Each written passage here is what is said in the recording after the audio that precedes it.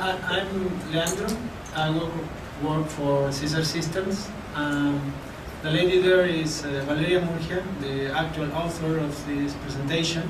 All the ideas in this presentation came from her.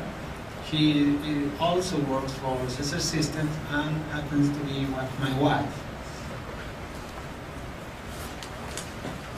Well, I will start with a very short demo of what I'm going to explain you in this talk.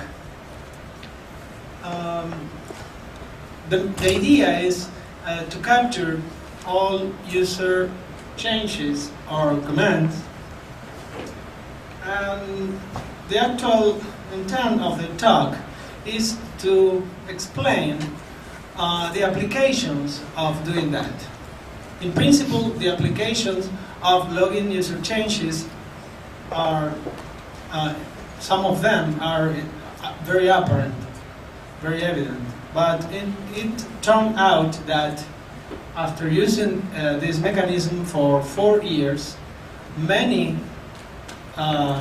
applications that we didn't realize from the beginning started to become apparent, and that was like a discovery. The idea is very simple. This is our product, but I will do some user changes. For instance, I will go here and create some object. I will with this name, EI. Then I will go and create some other object with name R, and below this another object with name P. And here I will use the first object, EI, for selection in this list. Okay, some changes, normal things that an end user would do. Now, here we can see a log of all the changes I did. For instance, I started creating a new object, is an electrical instrumentation object named EI. Then I created a reservoir named R. Under it, I created a pattern named P, and then I assigned the first object to that pattern.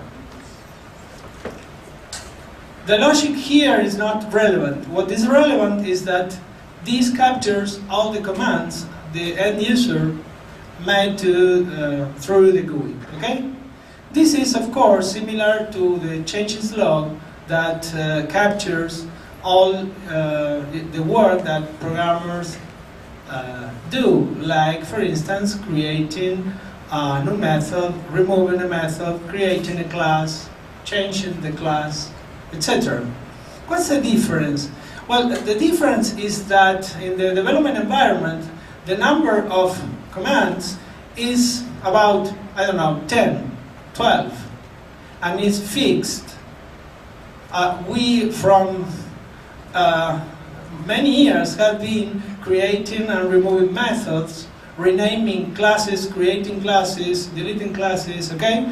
But there are few things we can do. There are few things a Smalltalk programmer can do in the GUI. So having a mechanism to log them all shouldn't be hard, because there are not too many options. However, in a complex application like this one, the number of possible commands is in the order of thousands. Okay? And also, the software is changing all the time, so you have to keep this mechanism updated in order to being able to capture all possible things that users can do with the software. So these two characteristics, the number of commands and the fact that they change with the evolution of the software, make this kind of support not trivial.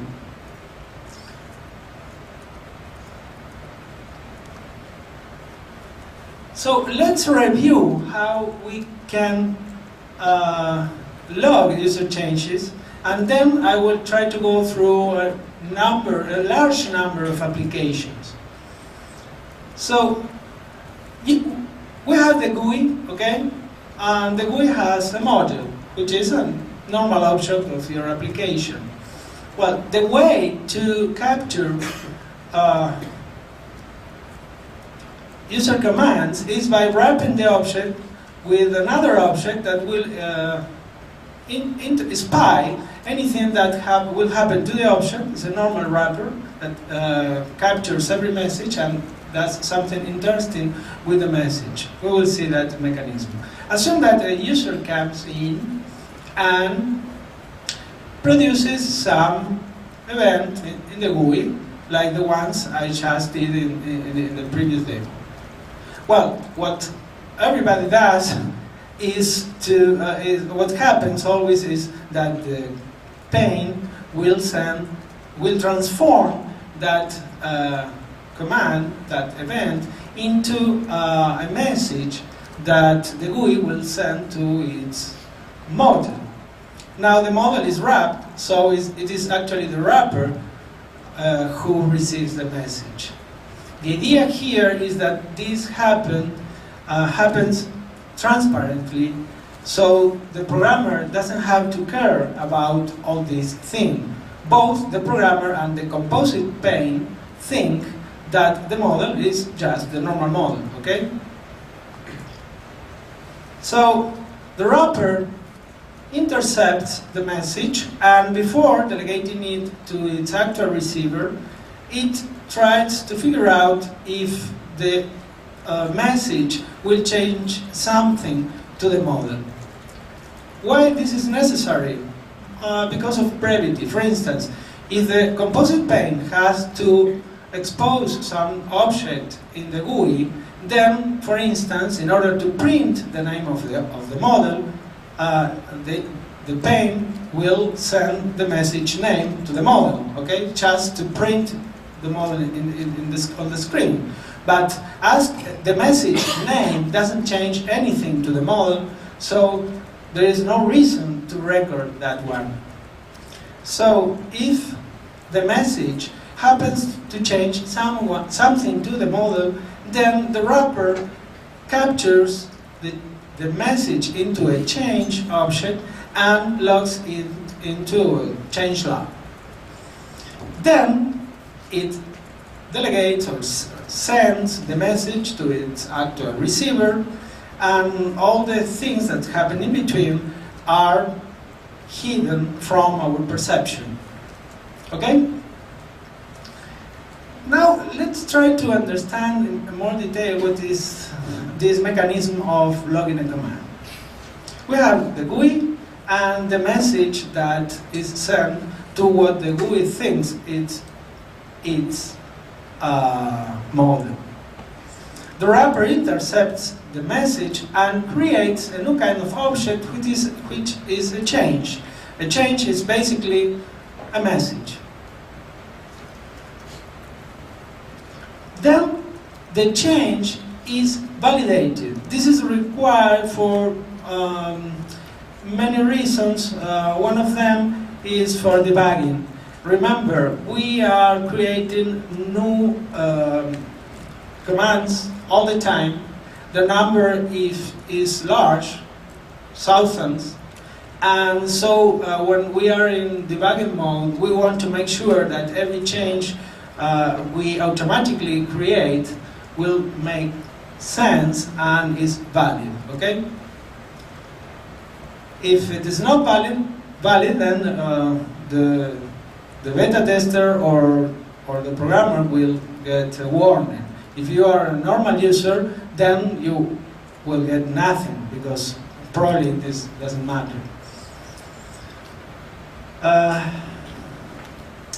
If the change object validates, then we append it to our collection of changes. And of course, we delegate the message to the actual model, because that was the original intent. And the interesting thing here is that these changes are objects. Think of them as messages for now. But they can be sent to a text file using the standard file out format of the Smalltalk changelog. This is important because by doing this, we guarantee that when we want to replay the changes, we will be able to take advantage of the normal file-in mechanism. So there is nothing to program here. So let's go in more detail to see the structure of a change object. This is the change. The change is the message with some few additional annotations. For instance, the timestamp when this change happened.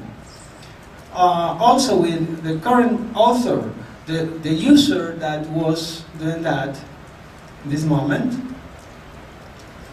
Then the selector of the message, the command. The receiver's name, not the actual receiver, not the model, but its name, because we want to transform all this information into strings so we can file out then to a change log, okay? And sometimes you have, most of the time, you have some arguments. What means that this change is valid is some few validations are, for instance, that the timestamp is not nil. We have the author's name. We have some selector. The receiver name is resolvable. We can recover the actual receiver from its name. We have to test that. And we can test also that the object that resolves the solution of that search of the name is an object that responds to the selector, the message we are capturing. In the case of the arguments, we can check, for instance, that we have as many arguments as required by the selector. There are more sophisticated validations here, but it's not important for this talk to go into more detail. So there is also a collection of all changes, which is another object that gives some context to the change and provides services for replaying the change later. The change knows its change log. For now, think of the change log as just the collection of all changes. Okay. I've said that we are not keeping the real object, the receiver, but its name. So some naming convention or mechanism is required in order to do that. Okay. So I will assume that everybody is familiar with different conventions or ways to name objects with full path names. Any mechanism that you have in your system is well suited for this kind of registration. But basically, you have an object, say C2, and you have a root object that is a root because from that object you can reach any other object in your system. For instance, the root can be the project you are working on. So having some name resolution mechanism means have selected one possible pathway from the object to the root and vice versa. So how we create a change transparently? Well, remember, we wrap the model with a special kind of object. So this object has a class, is model object wrapper, and because it is a wrapper, it has no superclass. Okay? So we can take advantage of that, does not understand, so on. This class has two instance variables. The wrappee is the actual model, and the changelog for context information. And it implements the does not understand message in a way we are going to see in a moment, and all possible messages that end users will create while using the software from the GUI. This is strange because in the first approach, when you think that you will be wrapping every possible object that happened to be in the GUI, the first thought is you should probably have different wrappers for different objects. We didn't like that solution because it would duplicate the hierarchy of our classes. So we tried with only one class, only one kind of wrapper. And what turned out is that one class is enough. You don't need different classes. Why? Well, because if you send, for instance, the message rename to, assume you want to rename an object. So in the model, you probably will end up sending the message rename to the model. But that message is the same no matter who the receiver happens to be.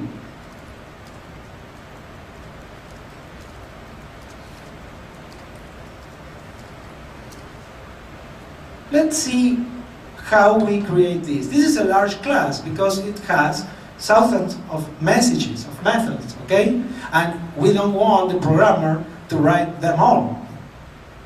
So we create this method automatically using the does not understand mechanism. At the beginning, the only method is does not understand programming as I'm showing here. There is no command at all. They will all be generated as the user creates or uses the software, okay? So the first time that the user, for instance, renames some object, the wrapper will receive the message rename to. The wrapper will not understand that message because it's not there yet. So the does not understand message will try to figure out if it has to create a new method for that message. There are two things to check here. First is if there is only one thing to check here, which is to check if the message changes something. Okay? It's not easy to see if a message, just by looking at the selector, will change anything. You don't know. But if you're a programmer and you just have been working and added a new command to your software, then you try this from the GUI, you will know if your method changes something or not. For instance, if you just program the rename to method, and this is the first time you are going to use the rename command from the GUI, you will know that the rename to changes the name of the object. Okay?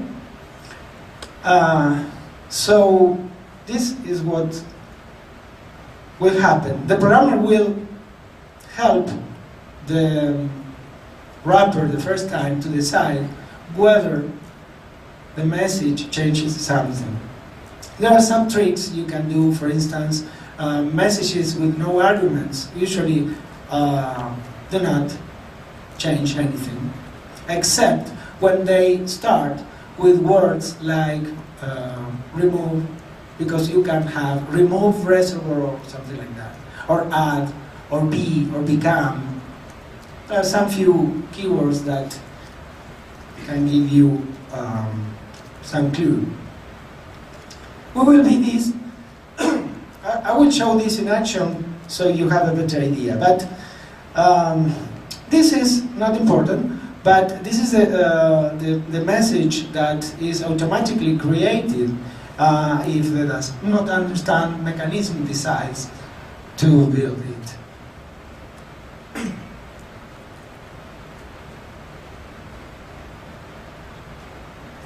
In the code, you can see that the change log provides a new change object, which is empty. Then sets the repeat and the command arguments to the change. This is a translation from the actual message into a change object, and afterwards resends the message to the receiver.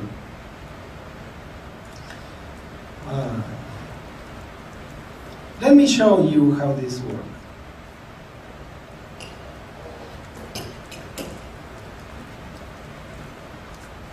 Here is the real class of the wrapper.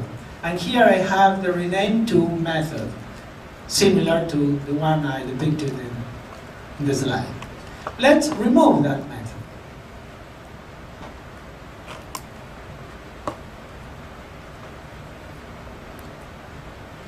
Now the wrapper knows nothing about rename to, okay? So I will go here and will rename something. For instance, this object, okay? The GUI now has a wrapper on this object, not directly the object. So if I rename this object from R to, say, S, then the wrapper does not understand rename to, and the wrapper asks me whether I want to create a change from this command, okay? This is the should I create the method, I don't know. If I say yes, because I'm changing the name, what I get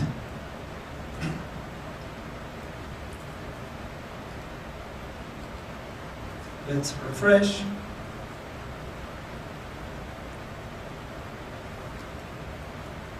Here it is.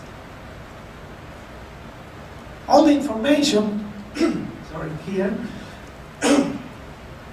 is comes directly from the message. You don't need anything to build this method. Now, the second time I rename something, this method is used instead. I no longer get the message asking me if I wanted to create it. Okay? Using this mechanism, we populate all the methods in this class, so the programmer doesn't have to pay a lot of attention. Now, let's review the classes involved in this design. We have only one class for the wrapper, only one class for the change. We have one class for the change log, and also we have a class for validating the changes. This is a very, very simple design with very little to write, because most of the behavior here is automatically created. You can do fancier things by subclassing changes, for instance, creating some regular change, changes for the creation of new objects, changes for deleting them, renaming them, or duplicating them. This will give, if you do that, then you will be able to do better validations, essentially. But all of this is not required. It's just a refinement. Well, what's interesting with changes is not that you are logging them, it is also that you are able to replay them.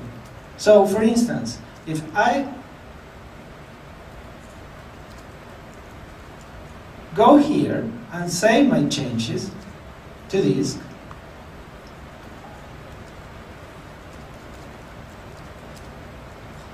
and I restart from scratch with an empty project,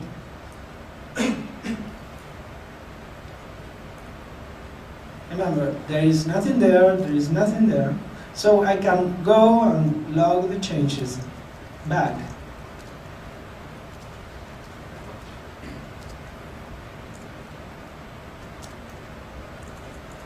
And apply them one by one or all at once. For instance, if I apply this one, then the first command created this object. Applying the second,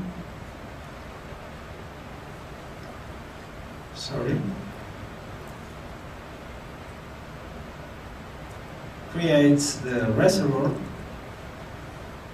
The third, it's not refreshing.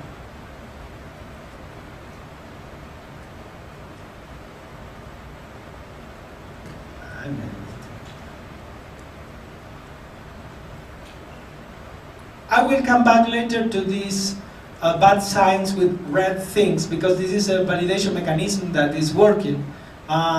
Didn't validate everything because I made a mistake, but everything is loaded. So I have this object and this other object here, and this. Do you remember in this list I had selected this other object? So anything that the user can do can be replayed later. Okay, how replaying works? You have the changes in a text file, and you have a changelog that provides context for them. So you use the normal filing mechanism, and from some chunk of code in the text, you create a change object.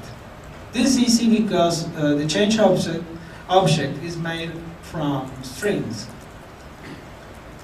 The change is immediately connected to the changelog it belongs to, and now, before replaying the change, we validate the change, because this time we are going to replay the change. So before sending the message, we want to make sure that the change is in good shape, because we are creating them from a text file.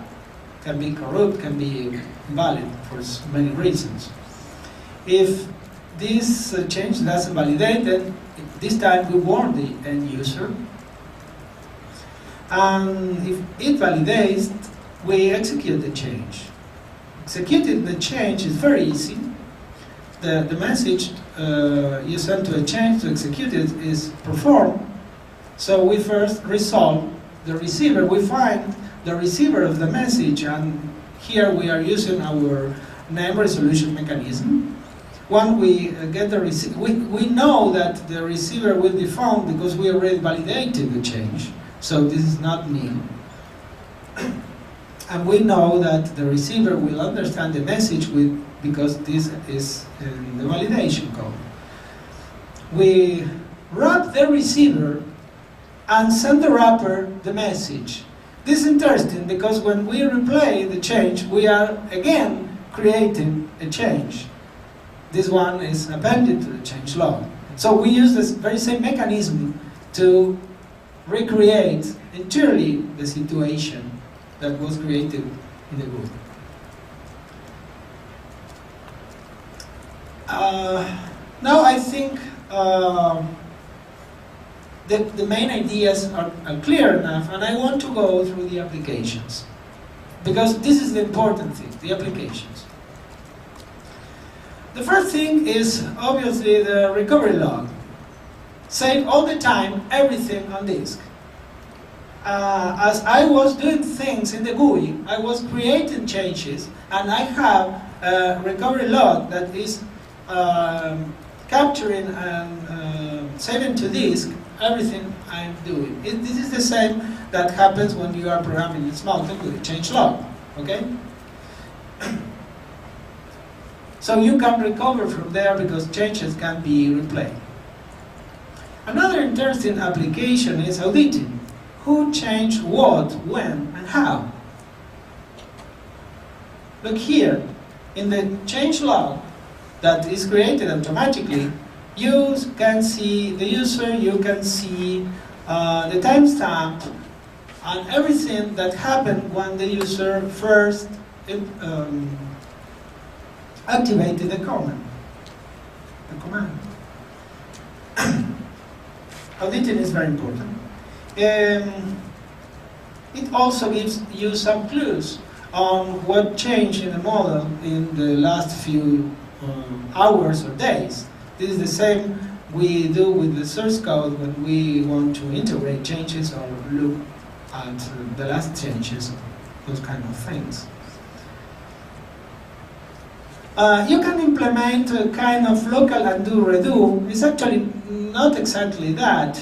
It's local in the sense that you can right-click and get on an object in the GUI and get all the commands that were sent to that object. So you can go to any part of this command history and replay a command again and recover, for instance, a value in a variable or any field that you changed. It's like going through the history of methods in Smalltalk. Also, the change log that is created is a text file. Everything there is Smalltalk messages. So you are creating a script. You are creating scripts. You can open the script and then add more Smalltalk there. So when you replay the script, you can do many things. This is very useful, for instance, for QA, quality assurance. Other applications include preparing demos and tutorials, because you can use the software and then replay the changes to show your software. You can overcome backcompatibility issues, because if you change things in your system, for instance the shape of some classes, and because of a bug you cannot load an old model, then you still have the chance to replay the changes that created that model, associated to that model, and you can save all of a big part of it. There are other applications. For instance, merging complex structures is difficult at the level of objects, but it's very easy if you combine changes.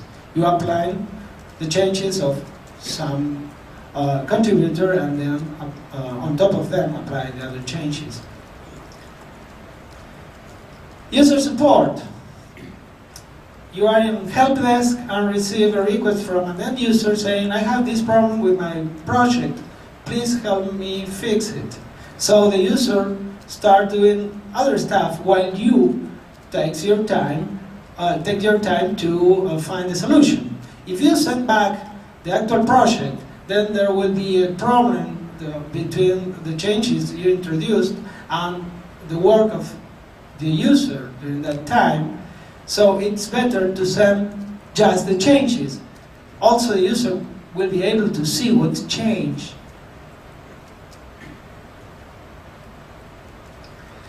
Another application is bug reporting. If you are doing beta testing, instead of telling the programmer what you did in order to reproduce the bug, just send the changes. They are captured automatically.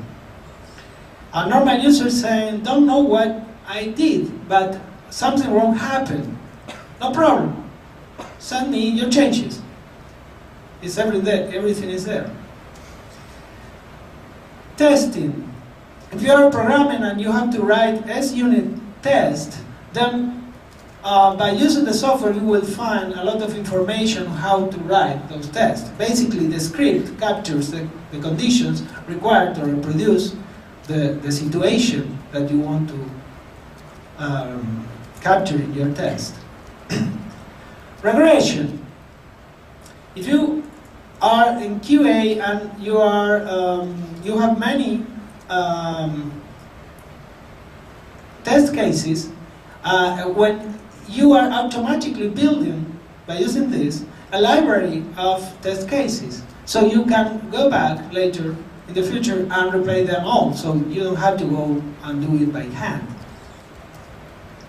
Learning for new programmers. New programmers can learn a lot of how the system works by using the system and looking at the changes. And the messages shown there are also very good entry points for debugging. Metrics. You know how many commands your users can perform, so you can tell that.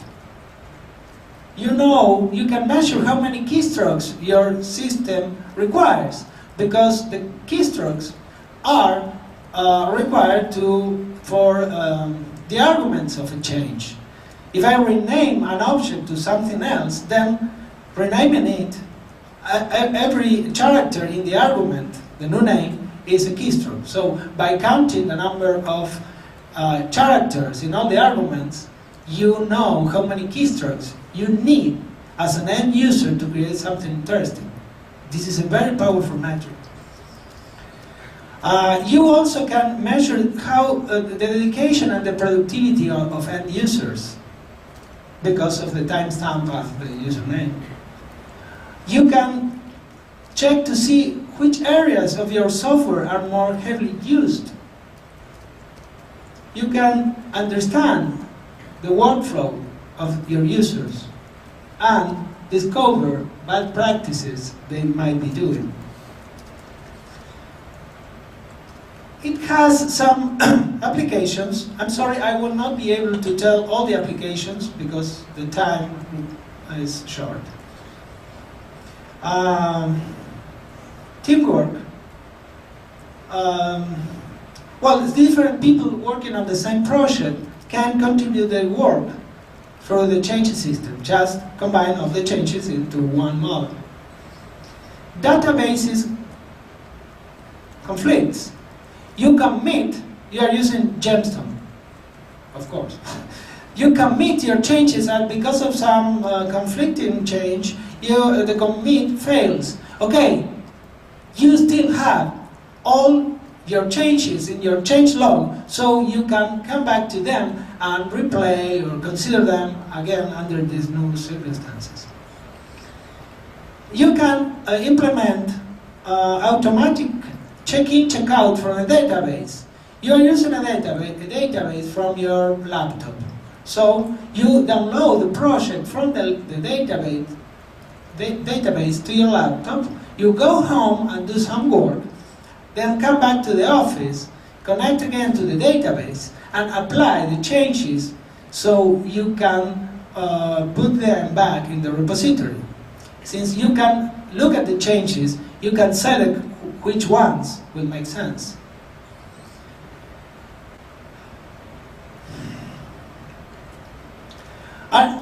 All these things are very general, but there are some particular uses of the changing system that we have implemented in our system. One of them is scenarios. You have a model. You have a project you are working on, so you want to do some what-if analysis. You want to know what if I change here, what if I change there, and look at the consequences, okay? Then how we can support that? Well, we copy the base model, into another model. This is a drastic operation. You duplicate all your project. But now you let the user edit the copy. So you create a scenario, okay? You are not working on the original, you are working on the copy. but you are capturing, you do some editing, this is the editing, you are capturing the changes, so you can forget the copy when the user is done, and keep the changes. So by repeating this procedure, you provide the user with a fresh copy of the base model and keeps all the changes. These changes are not one change, is a change set. So every change set represents a different scenario based on the base model. So now the user can come back and review the scenarios they created. So they have the scenarios represented not by many copies of the project, but just by some small files that contain all the changes. So in order to go and take a look to some of these scenarios, you create a new model, a new copy of the model, pick one of the scenarios, which is a change set, and apply those changes to the copy, and you recover the scenario. This is very efficient. In memory, you only have two instances of your model, the original one and the copy. And an interesting consequence of this design is that if you change anything in the base, then that change immediately affects all the scenarios. So if you change one scenario, you change just there in that part. It's a local change for those conditions. But if you change your mind and want to change something for everyone, then you go to the root, and because of this mechanism, you will inherit all those changes. This is very powerful. You can do much more with this, because you can do this. This is the same as we just saw with the scenarios, but now organized in a tree. Assume you have an object, which is, for instance, all your model. You generate a copy, okay? Just like before. Then you establish some relationship, parent-child. This is a child because it inherits all the changes that happen to the parent, but also has its own changes. Then you repeat the same. This is exactly the same that with the scenarios. We have two scenarios now. But now, you can focus your attention on one of the childs and use that as the base. So what you create is scenarios that are nested, that are organized into a hierarchical tree. So for decision analysis, this is very important, because I'm doing this. What if this, and what if in those conditions I do that or this other thing? And underneath this implementation, what you have is just the same organization, but with the changes, which are small objects, because the user just do some few things.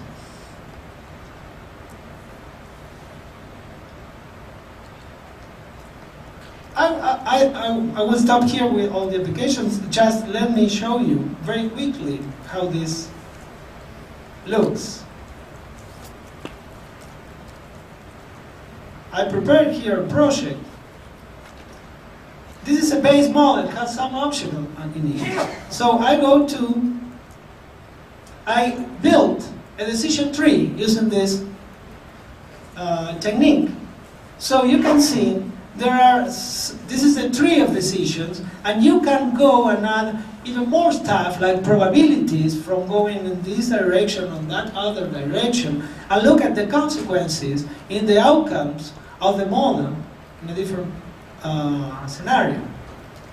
Okay, so for instance, you can go here and edit this scenario, which uses all we will see, which I saw. What happened here is the base model was copied and all the changes associated to that scenario were reproduced, replayed. Now look that every scenario has the changes that were made on that case. So you can see very clearly what you change from one case to the other. Okay? So it's very easy for an end user to make decisions using this tool and also having a complete understanding on all the hypotheses the user is doing. Well, there are many more applications, but I don't have a lot of time. So I just want to mention, if I have 1 minute, all the influences that motivated that inspired this work. Of course, is the Smalltalk change law, because we are using the very same ideas. And there was an ancient Squeak, event recorder in Squeak that captured by Dan Ingalls that captured all the user events. Valeria and myself worked on that event recorder long ago and improved it, but that experience was important for us to understand the importance of capturing user changes. And more recently, Juan Buletich, also working for Caesar Systems, created some other action recorder similar to the one in Squeak, but with many differences. And this, so you have antecessors from the model and from the GUI, and the change system was inspired in both of them. Thank you.